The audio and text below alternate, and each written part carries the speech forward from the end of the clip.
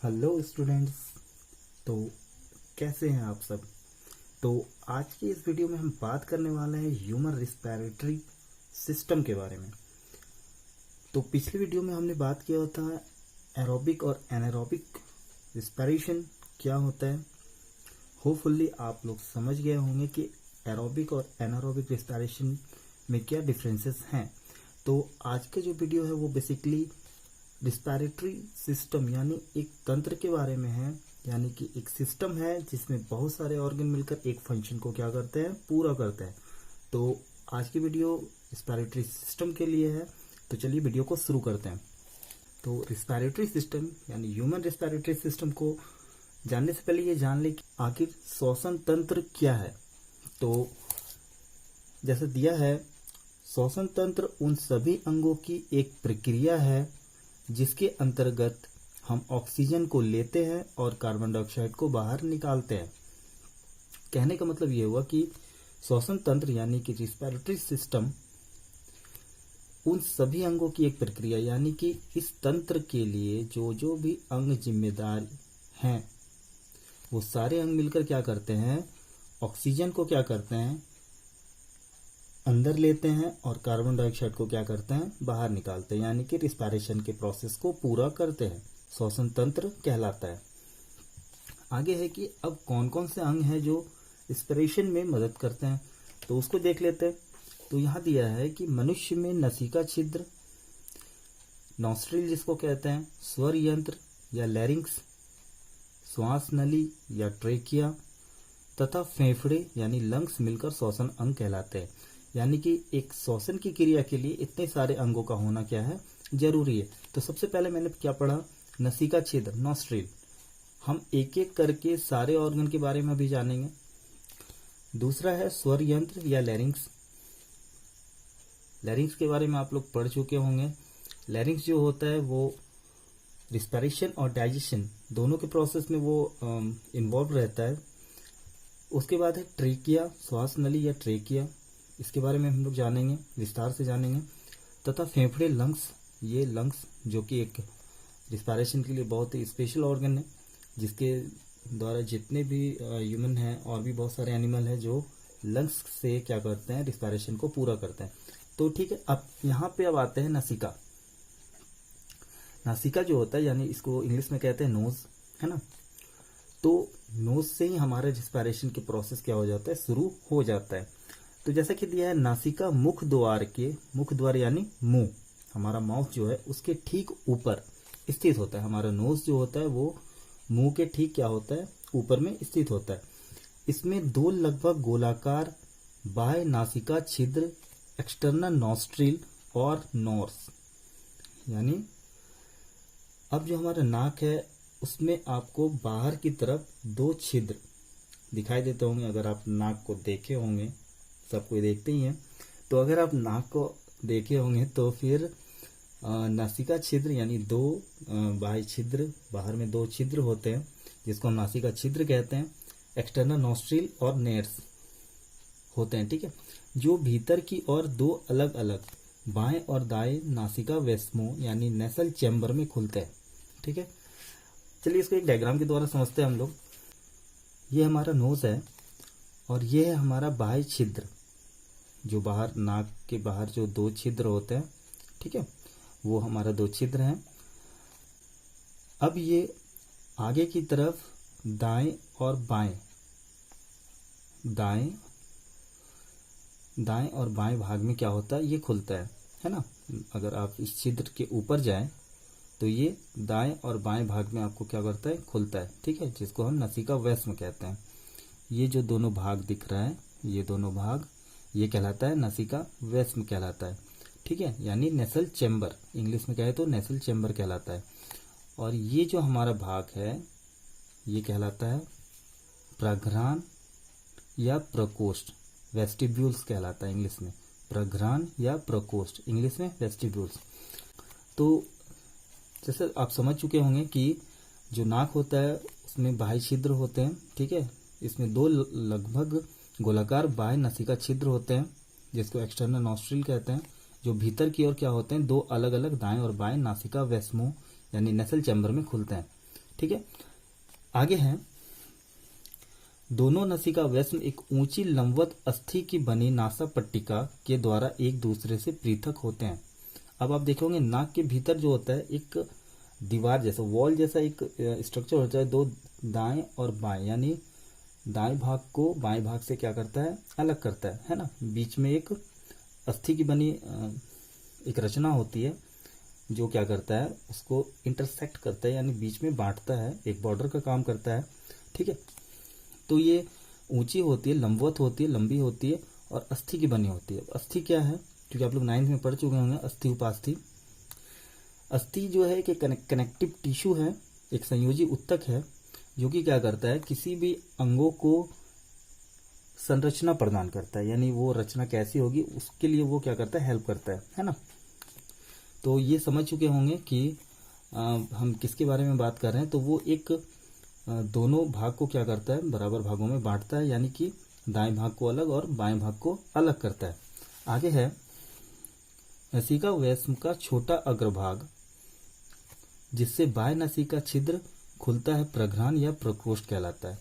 अब जैसे हम बता दिए, नसिका व्यस्म का छोटा अग्रभाग, नसिका व्यस्म का, ये नसिका व्यस्म है, इसका अग्रभाग यानी आगे का भाग क्या होता है, दो छिद्र, यहाँ आपको दो छिद्र दिख रहा है, और यही क्या कहलाता है, प्रघ्राण या प्रकोष्ठ, इंग्लिश में वेस्टिब्यूल्स, ठीक है।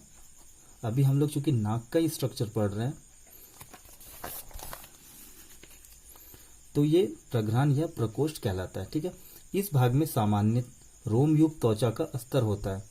रोम युक्त यानी एक बहुत ही छोटे छोटे हेयर्स मौजूद होते हैं, इसीलिए इसको कहा गया रोम युक्त त्वचा का स्तर होता है। प्रकोष्ठ के पीछे नासा व्यस्म का एक छोटा ऊपरी भाग घ्राण क्षेत्र या ऑल्फैक्टरी रीजन तथा मध्य और निचला भाग श्वसन क्षेत्र कहलाता है। चलिए इस चित्र को समझते हैं, डायग्राम के मदद से इस बात को समझते हैं। यहां तक तो समझ गए कि ये क्या होता है, नसिका छिद्र होता है, ठीक है। बीच में ये रचना जो अस्थि की बनी होती है, जो दाएं और बाएं भाग को क्या करती है, अलग करती है। अब ठीक इसके ऊपर जो नासा पट्टिका होती है, यानी ये जो है नासा पट्टिका जो दाएं और बाएं भाग को अलग करती है, इसके ठीक ऊपर क्या होता है, घ्राण क्षेत्र मौजूद होता है। ठीक इसके ऊपर, यानी हमारे नाक के ऊपर जो होता है घ्राण क्षेत्र मौजूद होता है, जिसको हम कहते हैं ऑल्फैक्टरी रीजन, ठीक है। इसके ऊपर यानी ये जो आपका दायां भाग और बायां भाग जो बटा है नेसल सेप्टम की वजह से, यानी नासा पट्टिका की वजह से, इसके ऊपर क्या कहलाता है वो क्षेत्र, यानी यहाँ वाला क्षेत्र कहलाता है घ्राण क्षेत्र, ऑल्फैक्टरी रीजन, ठीक है। आगे है, मनुष्य में घ्राण क्षेत्र अत्यंत छोटा होता है, जिसके कारण मनुष्य में सूंघने की क्षमता कुछ निम्न स्तनधारियों की अपेक्षा कम होती है। क्योंकि जो हमारा ऑल्फैक्टरी रीजन है, यानी ह्यूमन का जो ऑल्फैक्टरी रीजन होता है, वो क्या होता है, अन्य जो मेमल्स होते हैं, स्तनधारी होते हैं, उससे क्या होता है, छोटा होता है, जिस वजह से हमारे जो सूंघने की क्षमता होती है वो क्या होती है, कम होती है। और सारे जो मेमल्स होते हैं उसमें ये ऑल्फैक्टरी रीजन क्या होती है, थोड़ी सी बड़ी होती है, और बड़ी होने की वजह से वहाँ पे क्या होता है, उसका क्षेत्रफल बड़ा होता है, और वो किसी भी चीज़ को क्या होता है, हमारे अनुपात में ज़्यादा वो क्या कर सकता है, स्मेल को डिटेक्ट कर पाता है, यानी वो लोग ज़्यादा सेंसिटिव होता है इस चीज़ के लिए। तो हम ये समझ पा रहे हैं कि हम लोग क्यों और सारे जो मेमल्स होते हैं उसके बनिस्बत कम क्यों हमें स्मेल आता है, यानी सूंघ हम क्यों कम पाते हैं। तो हमारा रीज़न यही है कि हमारा जो घ्राण क्षेत्र होता है, यानी ऑल्फैक्टरी रीजन जो होता है, वो क्या होता है, छोटा होता है। आगे है, नासिका व्यस्म की दीवार टेढ़ी मेढ़ी घुमावदार प्लेट की तरह होती है। अब नासिका व्यस्म, हमारा जो ये नासिका व्यस्म है, यानी बायां और दायां भाग, ये जो क्षेत्र है नासिका व्यस्म कहलाता है, जिसको नेसल चैम्बर कहते हैं हम। तो ये जो दीवारें होती है हमारी, ये क्या होती है, बिल्कुल टेढ़ी मेढ़ी होती है। अगर आप नाक को छुए तो आपको समझ आएगा कि हमारा जो नाक में जो हमारा नेसल चैम्बर है वो क्या होता है, बिल्कुल स्ट्रेट ना होकर क्या होता है, घुमावदार होती है। तो यही बात कहा गया कि इसकी जो दीवार होती है वो टेढ़ी मेढ़ी घुमावदार प्लेट की तरह होती है, जिससे हम क्या कहते हैं, कांची कॉन्कैक कहते हैं। आगे है, नसिका व्यस्मों में महीन म्यूकस मेम्ब्रेन का स्तर होता है। अब इस जगह जो होता है, यानी नसिका व्यस्म में महीन म्यूकस मेम्ब्रेन का स्तर होता है, जो म्यूकस स्रावित करती है, ठीक है। हम पढ़ेंगे म्यूकस क्यों होता है, इसके बारे में भी जानेंगे। तो ये अब तक जो था हमारा जो नोज का स्ट्रक्चर था उसके बारे में हम जाने कि क्या क्या होती है, क्या क्या नाम होते हैं सबका, उसके बारे में हम लोग जान चुके हैं। ठीक है, अब आगे देखिए, दिया है नसिका व्यास की ऐसी रचना से निम्नलिखित लाभ है। अब जो हमारा नोज का जो स्ट्रक्चर बना है इस तरह, इससे हमें क्या क्या लाभ मिलता है, क्या क्या बेनिफिट है हमारा इस तरह का नाक होने से, उसके बारे में जानेंगे। सबसे पहले दिया है, हवा के साथ अंदर प्रवेश करने वाले धूलकण तथा विभिन्न रोगाणुओं, बैक्टीरिया, वायरस, जीवाणु या अन्य हानिकारक पदार्थ म्यूकस में फंसकर प्रकोष्ठ के बालों में चिपक कर रह जाते हैं। यहाँ पे अभी म्यूकस का जिक्र हुआ था, तो अब पता चला कि म्यूकस क्या काम करता है। तो ये क्या करता है, जैसे हम लोग रिस्पायरेशन के प्रोसेस को पूरा करते हैं तो हवा हमारे अंदर जाता है, यानी नाक से होते हुए जाता है, और ये क्या करता है, अगर हवा में कुछ ऐसे बैक्टीरिया, वायरस, जीवाणु हैं जो हमारे लिए हार्मफुल हो सकते हैं, वो उसमें क्या होता है, म्यूकस में फंस कर क्या होता है, वो बालों से चिपक कर क्या हो जाते हैं, वहीं पे रुक जाते हैं, जिससे क्या होता है, हम बीमार होने से बच जाते हैं, है ना। आगे है, कांची की उपस्थिति के कारण नसिका व्यास का आंतरिक क्षेत्रफल बढ़ जाता है, जिससे श्वसन के लिए नसिका छिद्रों से ली गई हवा को लंबे मार्ग से गुजरना पड़ता है। तो आगे दिया है, जो कांची होता है यानी जो हमारा वैस्म है, नेसल चैम्बर जो है, ये यहाँ दिख रहा है हमारा नेसल चैम्बर, ये इसी को हम कांची कहते हैं। तो इसमें दिया है कि कांची की उपस्थिति के कारण नसिका वैस्म का आंतरिक क्षेत्रफल क्या हो जाता है, बढ़ जाता है। इसकी वजह से क्या होता है, यहाँ का जो क्षेत्रफल है वो क्या हो जाता है, बढ़ जाता है इस जगह का, है ना, जिससे श्वसन के लिए नासा छिद्रों से ली गई हवा को लंबे मार्ग से गुजरना पड़ता है। तो यहाँ पे इसका क्षेत्रफल बढ़ने से क्या होता है कि हवा का जो होता है, यानी ये हवा यहाँ पे ज़्यादा देर तक क्या हो सकता है, ज़्यादा बड़े क्षेत्र में क्या कर सकता है, ये से गुजरना होता है, यानी बड़े क्षेत्र से गुजरता होगा। आगे दिया है फिर, जिसके कारण हवा का तापक्रम शरीर के तापक्रम के बराबर हो जाता है।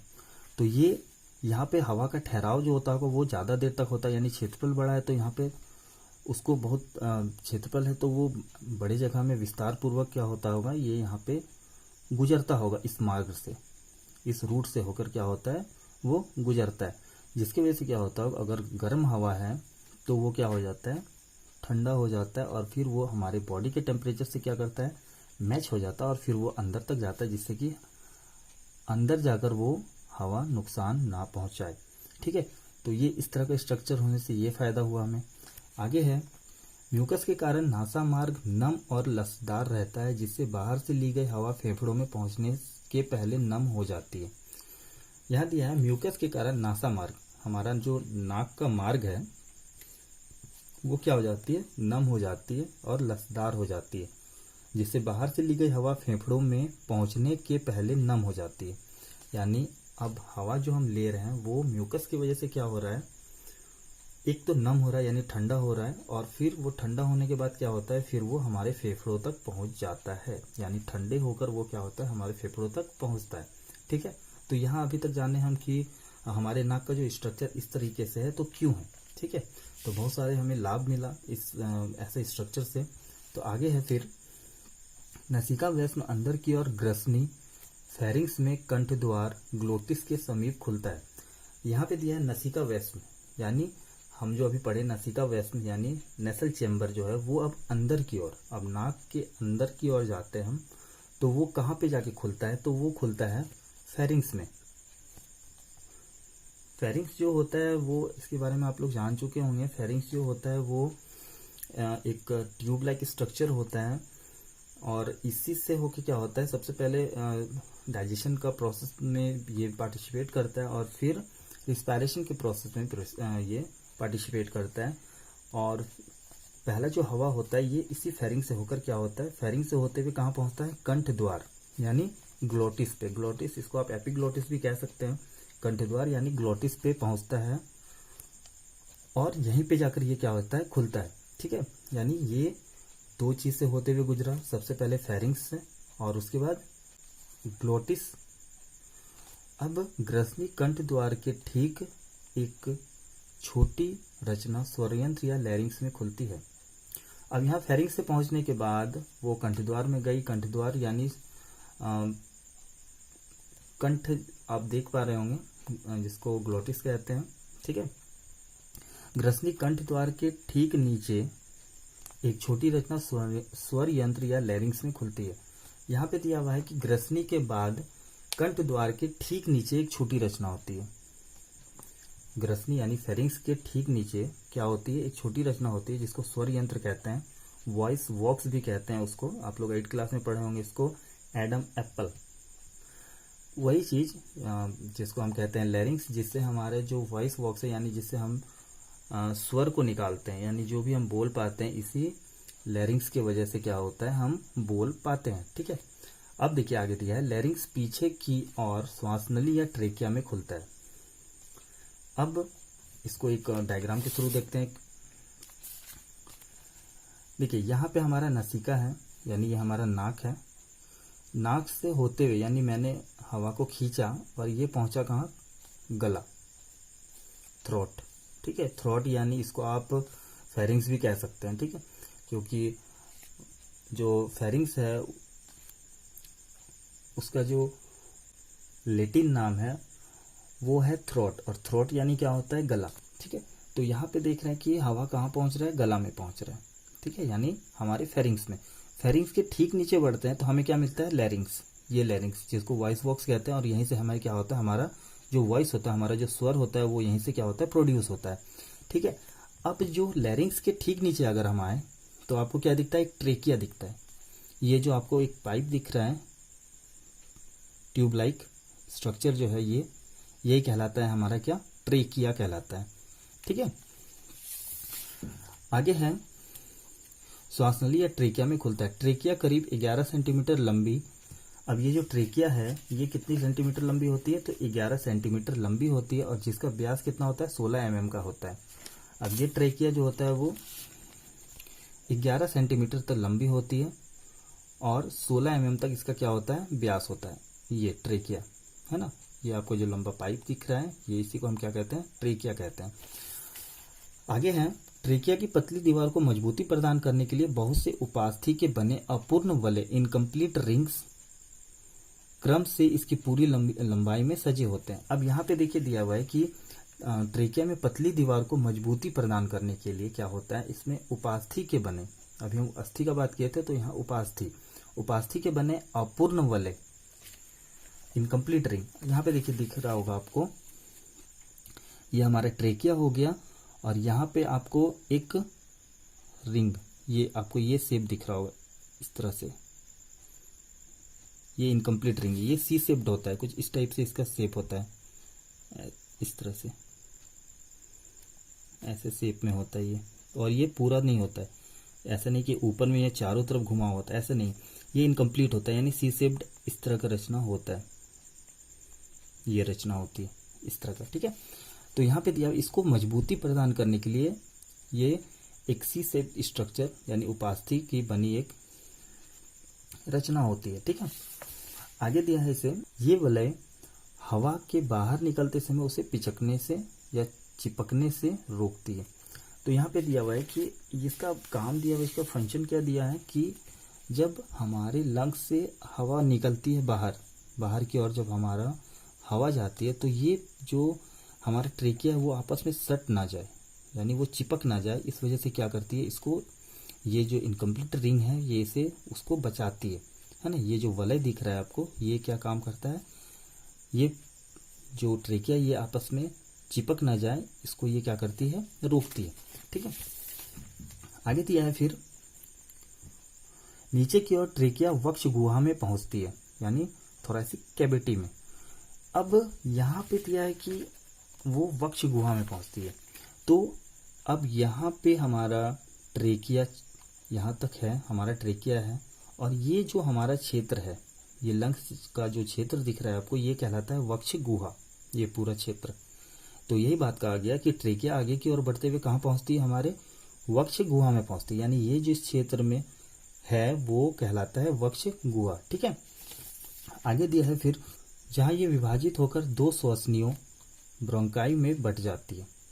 ठीक है, आगे है दिया है कि जहाँ ये विभाजित होकर 2 श्वसनियों, अब ये जो आपको दिख रहा है ये बटा, एक इधर और एक इधर, ठीक है, जिसको हिंदी में कहते हैं श्वसनी और इंग्लिश में ब्रोंकाई। ठीक है, तो ये क्या कहलाया, इसको ब्रोंक्स भी कह सकते हैं आप, ये ब्रोंकाई भी कह सकते हैं, हिंदी में श्वसनी कहलाता है। समझ में आ गया होगा ये वाला, यहाँ तक जो आपको दिख रहा है, एक ये इधर मुड़ गया और एक इधर मुड़ गया। ठीक है, यही कहलाता है ब्रोंक्स। आगे दिया है श्वसनियों में भी ट्रेकिया की तरह उपास्थि वलय होते हैं। अब यहाँ पे आपको दिख रहा होगा कि जो श्वसनी है, यहाँ पे ये जो श्वसनी दिख रहा है आपको, ये इधर से गया यहाँ तक और ये यहाँ तक गया, इसमें भी आपको वलय दिख रहा है। ये देखिए, ये एक वलय इसमें भी है और ये इसमें भी है। अब वलय का तो काम आप जान ही गए होंगे कि वलय क्या करता है, ये भी क्या हो, आपस में जब हवा निकले तो ये आपस में चिपक ना जाए, वो इसको, इसके लिए ये वलय यानी इनकम्प्लीट रिंग्स मौजूद होते हैं। ठीक है, आगे दिया है फिर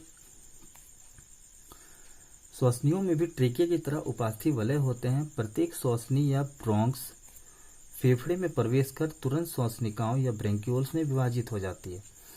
अब यहाँ पे फिर से दिया है कि प्रत्येक श्वसनी या ब्रोंक्स फेफड़े में प्रवेश कर श्वसनिकाओं या ब्रेंक्यूल्स में विभाजित हो जाती है।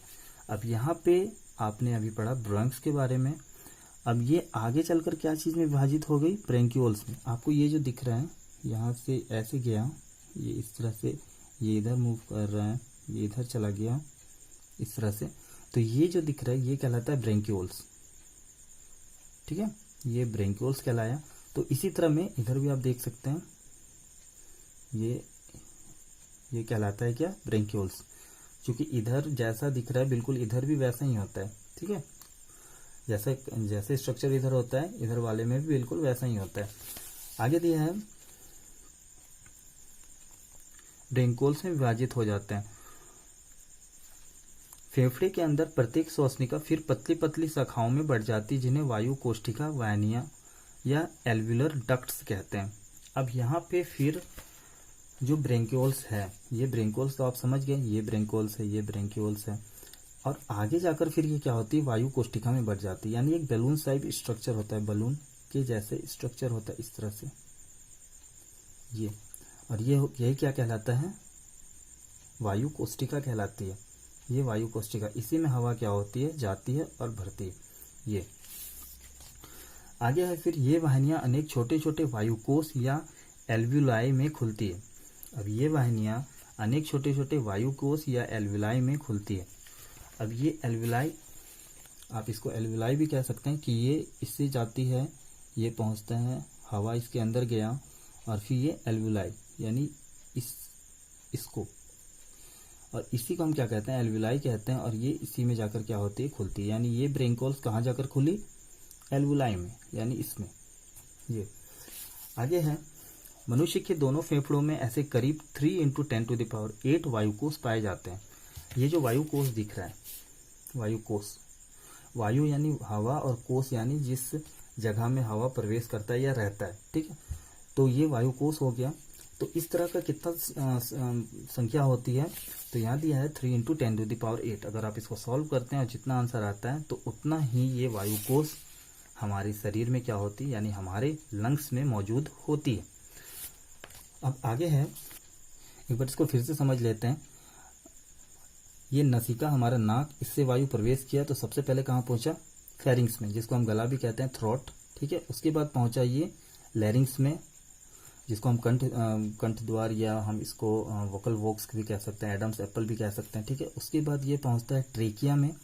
ट्रेकिया में क्या होता है, इनकम्प्लीट रिंग्स होता है, जो क्या करता है, ट्रेकिया को आपस में चिपकने से रोकता है जब लंग से हवा ऊपर जा रही होगी तब। उसके बाद पहुंचता है, ये बढ़ जाता है 2 शाखाओं में, इसको हम ब्रोंक्स कहते हैं। ठीक है, अब ब्रोंक्स आगे बढ़ते हुए कहाँ पहुंचती है, फिर ये बढ़ जाते हैं ब्रेंक्यूल्स में। ये जो ब्रोंक्स है अब आगे बढ़ जाती है वो ब्रेंक्यूल्स में।